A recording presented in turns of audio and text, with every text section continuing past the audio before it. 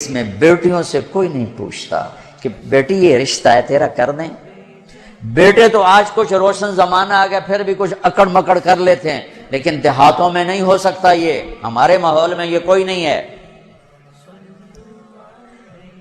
اسے وہیں کرنی پڑے گی جہاں باپ نے کہہ دیا ہے. اسے نہیں پسند مجھے آ کر کہے گا، اسے کہے گا جی میں اتنے نہیں کرنا، لیکن میرا پیو ڈنڈا چاہی کھلوتا میں کی کراں. یہ زیادتی اور ظلم ہے. اور کہیں بچے تو آواز اٹھا لیتے ہیں، بچیاں تو بول نہیں سکتی، گھٹ گھٹ کے مر جاتی ہیں. کوئی ماں باپ یہ سلیقہ نہیں رکھتا بیٹی یہ تیرا رشتہ آیا ہے ہم کر دیں، تیری پسند ہے ہم کر دیں. صرف بچیوں کو بتایا جاتا ہے، بتانے کی تکلیف بھی گوارا نہیں ہوتی. بس بھائی ہو گیا تیرا.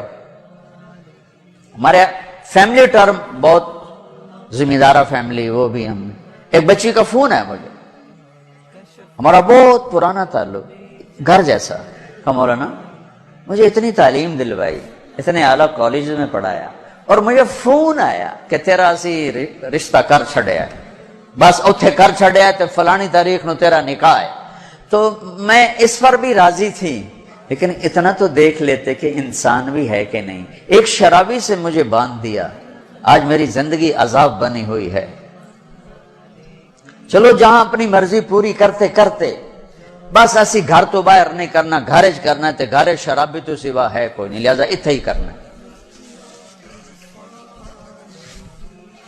یہ قوم کا بت توڑو، جی ہاں اسا جی صرف ارائیاں کرنا ہے، اسی صرف راجپوتاں کرنا ہے، اسی شیخ ہیں جیسی شیخان اسی باہر کدی رشتہ نہیں کیتا.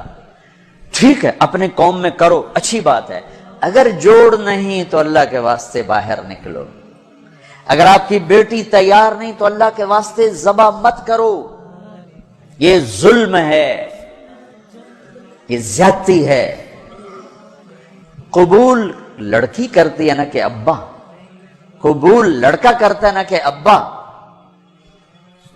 یہ اختیار تو شریعت بچے کو دے رہی، بچی کو دے رہی کہ میں نے قبول کیا، کہے گی تو نکاح. وہ کہتے ہیں میں نے قبول نہیں کیا تو اب تو نہیں ہوگا. میرا گاؤں راوی کے کنارے ہے، کتنی بچیاں ذبح کر کے ڈال دی گئیں راوی میں. اپنی مرضی دی شادی کیتی ہے نا، بس ٹھیک ہے ذبح کر دیا. ساری زندگی بیٹے زنا کرتے ہیں تو کہو جی چھوڑ چھکرن کر دی رہ جاندے ہیں. بیٹی پر شک پڑ جائے تو ذبح کر دیتے. ہائے ہائے ہائے ہائے ہائے.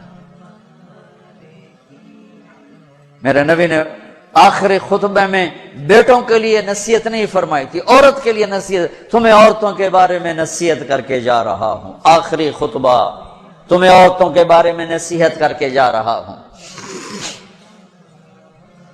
ایسی درد بھری داستانیں میں جانتا ہوں، میرے دائیں بائیں ہوئی ہیں، ہو رہی ہیں. ماں باپ کو کہہ رہا ہوں کہ اللہ کے واسطے ماں باپ ہونے کا غلط فائدہ مت اٹھاؤ. باجی ایتھے ہی کرنا ہے، خبر سج ایسی کو نہیں کرنا، اسی قوم تو باہر نہیں کرنا، کرنا ہی تھا کر نہیں تو بیٹھے رہو. میرے اپنے خاندان میں ہم چھوٹے چھوٹے کتنی بوڑھی ہماری پتہ نہیں دادیاں نانیاں جو بھی لگ دیاں پتہ نہیں کی لگ دیاں بغیر شادی کے مر گئیں کہ قوم میں رشتہ کوئی نہیں تھا، خاندان میں رشتہ کوئی نہیں تھا. یہ ستم آج میرے دیس میں ہے. یہ بھی ظلم ہے، صرف زمین دبانا ظلم نہیں، یہ بھی ظلم ہے. رشتہ رشتہ مانگنے والے علی اور مانگا جا رہا ہے فاطمہ کا. نبیوں کے بعد سب سے عظیم جوڑی علی و فاطمہ. تو آسمان پہ طے ہو چکا ہے. علی آ کر بیٹھ جاتے ہیں، شرم کی وجہ سے بول نہیں سکتے. آپ کو تو پتہ ہے کیوں آئے. علی کیسے آئے؟ چپ. فرمایا فاطمہ کے رشتے کے لیے آئے ہوگے؟ اچھی. تو ہم نے کہا انشاءاللہ. پہلے ایک حدیث سنو. میرے نبی نے کہا میں نے جہاں شادی کی، میں نے جہاں بیٹی دی، پہلے آسمان سے وحی آئی پھر میں نے قدم اٹھایا. اس کا مطلب ہے آسمان سے وحی آ چکی ہے، آ چکی ہے. کہ چونکہ پہلے ابو بکر نے آ کے رشتہ مانگا، آپ نے انکار کر دیا، حضرت عمر نے آ کے رشتہ مانگا، آپ نے انکار کر دیا، عبد الرحمن بن عوف نے حضرت علی سے کہا علی تو جا مانگ، تجھے نہیں انکار ہوگا۔ حضرت علی نے کہا میں تو بہت غریب ہوں، میرا تو گھر بھی اپنا نہیں، مجھے دے دیں گے؟ کہا ہاں تجھے ضرور دیں گے۔ تو ان کو بھیج کر خود باہر سارے کھڑے ہو گئے۔ تو آپ نے کہا اچھا انشاءاللہ، اور یہ کہہ کر اٹھ گئے۔ حضرت علی پریشان ہو کے باہر نکلے تو اب پوچھا عبد الرحمن کیا ہوا؟ کہ انکار ہو گیا۔ انہوں نے کہا کیسے؟ کہا بس کچھ نہیں کہا۔ کہا کچھ تو کہا؟ کہا انشاءاللہ کہا۔ تو کہا تو بس ہو گیا۔ کہا وہ کیسے؟ کہ نبی کا انشاءاللہ ہاں ہوتا ہے، یہ ہاں ہے علی، ہاں ہے۔ اچھا اب یہ انشاءاللہ کیوں کہا ہے جبکہ آسمان سے وحی آ چکی، جبریل پیغام لا چکے ہیں، اب یہ انشاءاللہ کیوں کہا ہے؟ ایک کام کرنا باقی ہے۔ اب گھر گئے، بیٹی فاطمہ علی کا رشتہ آیا ہے، کر دوں؟ اس لیے نہیں ہاں کی وہاں۔ ہمارے والدین اپنی بےزتی سمجھتے ہیں بیٹی سے پوچھنا کہ دھیاں کو کوئی پوشیندہ ہے۔ ہمارے ذمہ داروں میں تو بہت ظلم ہوتا ہے۔ جیسے کوئی گائے بھینس ہے، جیسے کوئی بھیڑ بکری ہے، گلے میں رسی ڈال کے اور کسی کے قلعے پہ جا کے باندھ دو، کسی کے کھونٹے کے ساتھ جا کے باندھ دو۔ شہروں میں تو پھر بھی تعلیم آ گئی ہے، کچھ نہ کچھ بچیاں بھی بول پڑتی ہیں، اس کے بولنے کو بغاوت سمجھا جاتا ہے۔ او بھائی یہ بغاوت نہیں، اپنا حق مانگ رہی ہے۔ ہاں میں اولاد سے بھی کہتا ہوں اگر ماں باپ جبر کر جائیں پھر سہ جانا، پھر اللہ تمہارے لیے خیر کی شکلیں پیدا کرے گا۔ باغی ہو کے قدم اٹھاؤ گے تو تباہی ہے۔ لیکن ماں باپ سے بھی کہتا ہوں ایسے نادان نہ بنو، ایسے نادان نہ بنو۔ کیا حضرت فاطمہ انکار کر سکتی تھی؟ کیا حضرت فاطمہ پر اتنا اعتماد نہیں تھا میرے نبی کو؟ کیا آپ کہتے ہیں ہاں علی ٹھیک ہے بولا، میں بعد میں خود پوچھ لوں گا؟ نہیں نہیں، امت کو سبق دینا ہے کہ جو جوڑی آسمانوں پر طے ہو چکی ہو اس میں بھی پہلے پوچھنا ضروری ہے۔ حضرت فاطمہ نے عرض کی جی ہاں، پھر واپس آئے، علی مجمع کٹھا کرو، لوگ کٹھے کیے، پھر حضرت علی کو یہاں بٹھایا سامنے، ممبر پہ کھڑے ہوئے کہ لوگو جبریل میرے پاس یہ پیغام لے کر آئے اللہ کا کہ میں اپنی بیٹی فاطمہ کا ہاتھ علی کے ہاتھ میں دے دوں۔ پھر پوچھا، کیوں پوچھا؟ اے میری امت بچیوں سے پوچھنا، یہ ان کا زندگی انہوں نے گزارنی، تم نے تو نہیں گزارنی، میری عزت دا سوال ہے، میری غیرت دا سوال ہے۔ تیری زندگی تو گزر چکی ہے، اس لیے ابھی شروع کر رہی ہے، کیوں اس کو سسکا کے مارنا چاہتی؟ پھر بیٹیوں کو حصہ کوئی نہیں دیتا وراثت میں، کیا کہیں کوڑے کے ڈھیر پر پڑی ملی تھی یا کہیں یتیم خانے سے اٹھا کے لائے تھے یا کسی اور پیٹ میں اس بچی نے پرورش پائی یا کسی اور چھاتی کا دودھ پیا یا کسی اور پانی سے یہ بنی؟ تیرے پانی سے بیٹا بنا، تیرے پانی سے بیٹی بنی۔ ایک چھاتی کا بیٹے نے دودھ پیا، اسی چھاتی کا بیٹی نے پیا۔ پروان چڑھی تو جہیز ہے کہ رخصت۔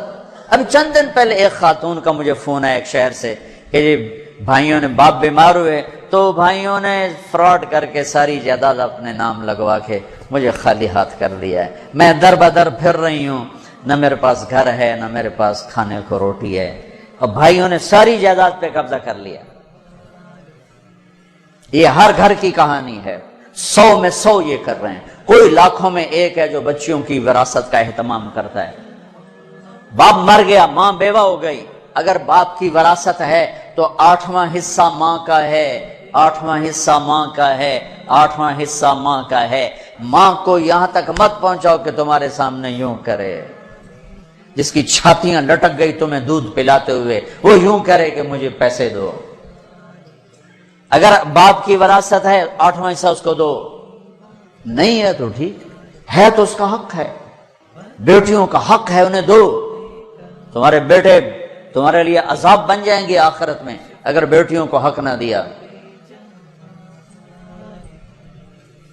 تو ان پر مادی ظلم بھی ہے، جانی ظلم بھی ہے، روحانی ظلم بھی ہے۔ نہ جائیداد دیتے ہیں، نہ ان کی رائے لیتے ہیں، بھیڑ بکری کی طرح کسی کی کھرلی پہ باندھ کے آ جاتے ہیں۔ لوگوں، جبریل میرے پاس اللہ کا پیغام لائے ہیں، پھر نکاح کیا۔ 400 درہم، 480 درہم دونوں ہیں۔ علی، فاطمہ بنت محمد کو تمہارے نکاح میں دیا، قبول ہے؟ اجی قبول ہے، اور سجدے میں سر رکھ دیا، رب اوزعنی ان اشکر نعمتک التی انعمت علی، یہ دعا مانگی۔ اللہ کے نبی نے زور سے آمین کہا، پھر آپ نے سب کو شہد کا شربت پلایا یا چھوارے کھلائے، پھر رخصتی ہوئی، مہینے بعد، 6 ماہ بعد، سال بعد، یا فوراً، ساری روایات ہیں۔ حضرت علی آئے تو آپ کو اندر لے گئے، حضرت فاطمہ کا ہاتھ پکڑا اور علی کے ہاتھ میں دیا اور کہا، علی، آپ کو نبی کی بیٹی مبارک، اللہ، آپ کو نبی کی بیٹی مبارک۔ پھر فرمایا، میری بیٹی، مجھے اپنے خاندان میں جو سب سے زیادہ محبوب تھا، میں نے تیرا ہاتھ اس کے ہاتھ میں دیا ہے۔ جن کے فیصلے آسمان سے ہو چکے ہوں اور جبریل آ کے سنا رہا ہو، وہ پہلے پوچھنے جا رہے ہیں، بیٹی کر دوں؟ ہماری کون سی یہ غیرت ہے، یہ کون سی عزت ہے؟ خاندان سے باہر اچھا رشتہ ملے کرو، خاندان کے اندر ملے وہ بہتر ہے، وہاں کرو۔ لیکن اگر خاندان میں جوڑ نہیں، باہر دیکھو، یہ ارائیوں کا بت توڑو، راجپوتوں کا بت توڑو، شیخ پٹھان بٹ جٹ پتہ نہیں کی کچھ بنائی پھر دن گرم مسالے، یہ بت توڑو، ان سے باہر نکلو۔ میرے نبی نے 2 بیٹیاں بنو امیہ کو دی، جن سے ٹکر ٹکر ٹکر ٹکر۔ حضرت زینب کا نکاح ابو العاص بن ربیعہ بن امیہ بن عبد شمس، امیہ کے پوتے کو اپنی بڑی بیٹی دی، اور عثمان بنو امیہ میں سے 2 بیٹیاں ان کے نکاح میں دی، رقیہ، ام کلثوم۔ اور جب ام کلثوم پہ انتقال کریں گے تو فرمایا، اگر میری 100 بیٹیاں ہوتی تو میں 100 اور اس طرح مرتی تو میں ایک ایک کر کے عثمان کے نکاح میں دیتا۔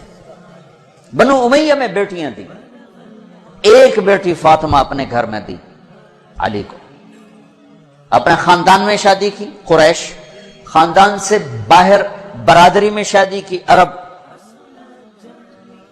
ہلالیہ، مستلق، پھر برادری سے بھی باہر یہودی نسل میں شادی کی، حضرت صفیہ بنو اسرائیل میں، یہودیوں میں سے۔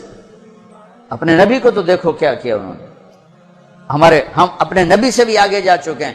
کتنے بچے میرے پاس آتے ہیں نوجوان کہ جی شادی کرنا چاہتا ہوں، وہاں بچی بھی تیار ہے، لیکن وہ کہتے ہیں بس ہم نے راجپوتوں سے باہر نہیں کرنا، ہم نے ارائیوں سے باہر نہیں کرنا، ہم نے شیخوں سے باہر نہیں کرنا۔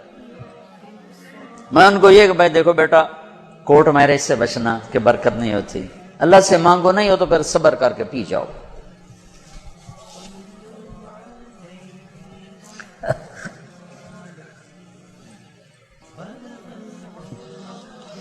اچھا بھائی بس کریں۔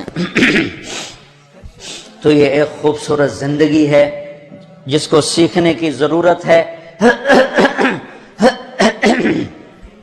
یہ تبلیغ میں جانا، اس کو سیکھنا ہے۔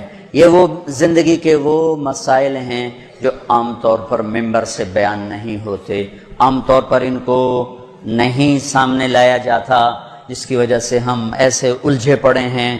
میں آپ کی منت کرتا ہوں، اپنے نبی کی پاکیزہ سیرت سیکھو، زندگی سیکھو، قرآن پڑھو، سیرت پڑھو، علماء سے رابطہ رکھو، علماء کو عزت دو، ہر فرقے کے عالم کو عزت دو، آپ سے اختلاف کرے، آپ کو برا بھلا کہے، عزت سے سلام کرو، محبت کرو، تبلیغ میں وقت لگاؤ، تو انشاءاللہ آپ کی زندگی کے روشن باب کھلتے چلے جائیں گے، کھلتے چلے جائیں گے۔